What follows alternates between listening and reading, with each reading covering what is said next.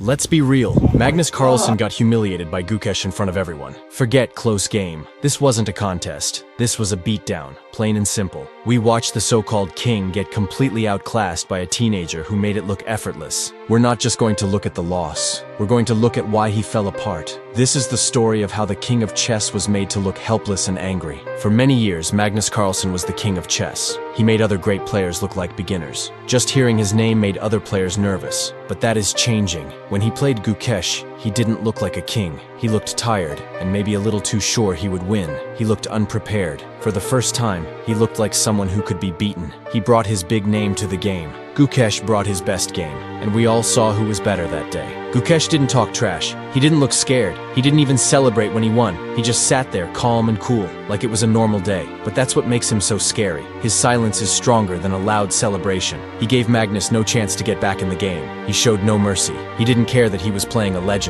He was there to win, and that's what he did. It showed early. Magnus fidgeting, shifting, mumbling. You could see it. He wasn't just losing the game. He was breaking down. Then came the fist slam, the muttering, the stares. This wasn't the calm genius we used to watch. This was someone falling apart. And after it ended, Magnus said this: "I wish I had a different reaction, but it was what it was. It was a stressful situation. This is not something I want to experience very often. And then I'll have to take into consideration how to avoid that. Whether I should stop completely playing chess or what's gonna be. It was not very fun."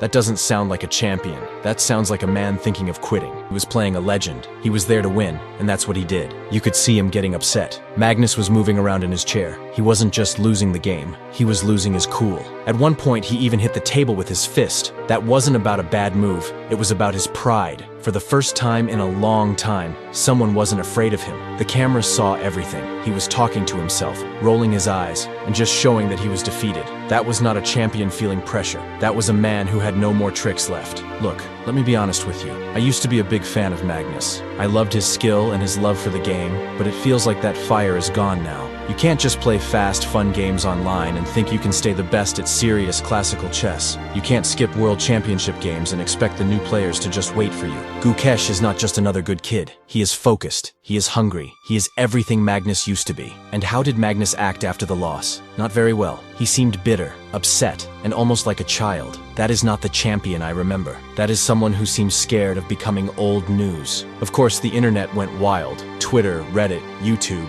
everyone was talking about it. Even the biggest fans of Magnus had to agree. This was more than a loss.